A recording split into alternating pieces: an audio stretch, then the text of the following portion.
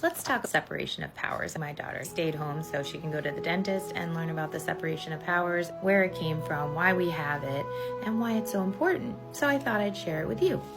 You may have heard of Lord Acton, John Emmerich Edward Dahlberg Acton. We'll just call him Lord Acton for short. I don't know why people had so many names back then. In 1887, he wrote one of the most famous letters, often quoted. You might have heard the saying, power corrupts, absolute power corrupts absolutely. I'm going to read you the letter, but first I want to talk about the context. This letter was part of a larger debate about how, as historians, are we to look back on history? Should charismatic, powerful figures, big leaders have leniency, exceptions, or special status in terms of how we view their actions? Rationale, they've got a lot on their plate. You gotta squeeze a few lemons to make lemonade. Hard to be a leader. And plus, they were ordained by God to be leaders. And so we gotta show them due respect, right? He pushed back on that in 1887, and rightfully so. He was talking about the Inquisition. You've probably heard of that. If not, go look it up. And to be fair, Lord Acton himself was a Roman Catholic, so not all Roman Catholics were out there doing these terrible things. He was a Roman Catholic who saw the darkness of the Inquisition. He was critical of the tendency to be more lenient on people in positions of power when looking back at their actions.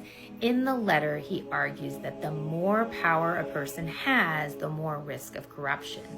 That we have a duty to treat leaders as morally accountable. Far from being more lenient, we should see their power as a source of potential danger. He was able to see that there was something unique about power. Even a decent leader, when given too much power, would change. There was something happening when someone got too much power that was causing them to turn kind of evil. He believed in moral law, that there needed to be an understanding of a universal moral law that does not change based on your position of power. Because power corrupts, there must be checks and balances built into the system, because no human soul is going to be able to overcome that corrupting tendency of power. There needs to be restraints, oversight, checks and balances on that power, and division of power to prevent abuses, because given too much power, it will be abused. The founding fathers, the framers of the fabric of our society, knew this. They recognized this problem, and that's why they formed the executive, legislative, and judicial branches separately, all with some piece of the power,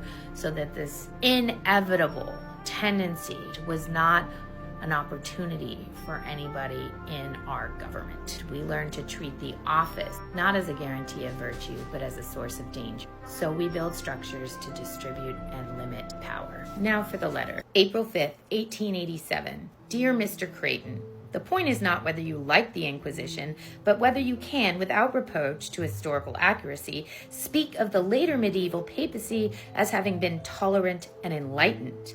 What you say on that point struck me exactly as it would strike me to read that the French terrorists were tolerant and enlightened and avoided the guilt of blood. Bear with me whilst I try to make my meaning quite clear.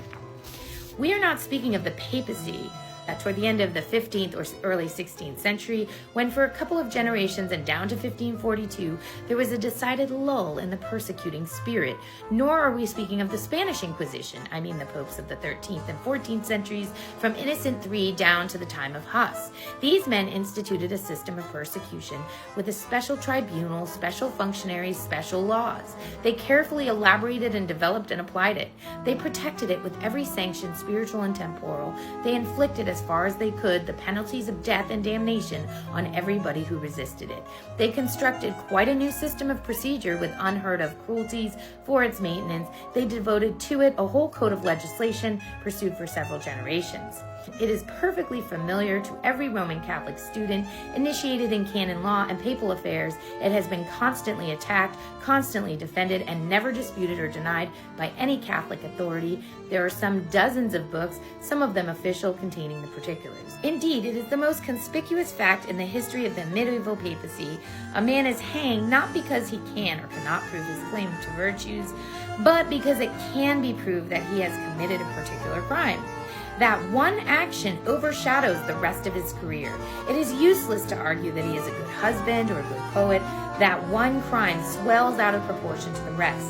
I see clearly how a mild and conciliatory view of persecution will enable you to speak pleasantly and inoffensively, but what amazes and disables me is that you speak of the papacy not as exercising a just severity, but as not exercising any severity. You do not say these misbelievers deserve to fall into the hands of these torturers and fire that there's an F word, but you ignore, you even deny, at least implicitly, the existence of the torture chamber and stake. Did you hear that?